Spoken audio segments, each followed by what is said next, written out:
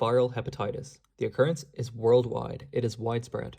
The etiology was previously 4 different viruses. You had serotype 1, which was duck hepatitis A virus.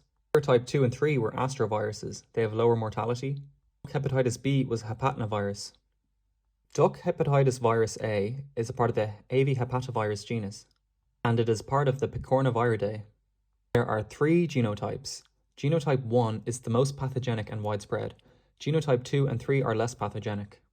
Epidemiology, all ducks are susceptible. In less than 4 weeks old, the clinical signs are seen. Older than 4 weeks old, the virus is asymptomatic, but they can shed the virus.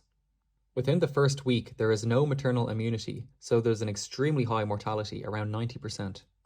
If there is maternal immunity from the yolk, the clinical signs decrease, and the maternal immunity lasts around 3 to 6 weeks. But around 1 week old, the mortality is around 90%. At 2 to 3 weeks old, the mortality decreases to around 50%.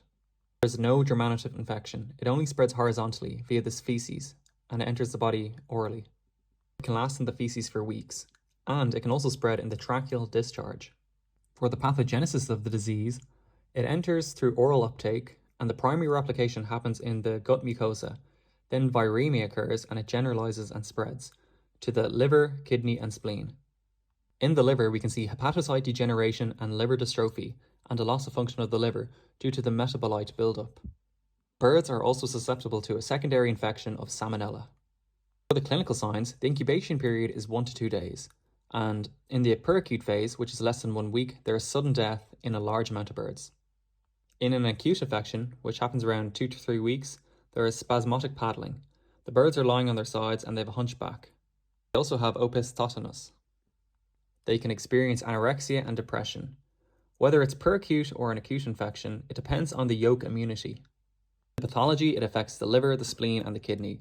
In the liver, it's enlarged and yellow, and we can see hemorrhages. In the spleen, it's enlarged and molted, and in the kidney, there's hemorrhages and it's filled with blood. Diagnosis, we follow the epidemiology, the clinical signs, and the post-mortem lesions. To detect the virus directly, we do real-time PCR and IF and isolation. To detect the virus indirectly, we do viral neutralization and ELISA, and asymptomatic is not diagnosed. For the treatment, there is none, and for the prevention, you follow the general epidemiological rules. So have strict isolation for the first 4 weeks of life, and there is no germinative infection. For vaccination, it offers homologous protection. There's combined attenuated vaccine, so it can be attenuated and inactivated. It's given to young birds and inactivated layers. So it's given at 7 weeks of age. You give an attenuated vaccine, and it's also given 2 weeks before laying, and you give an inactivated vaccine at 18 weeks old.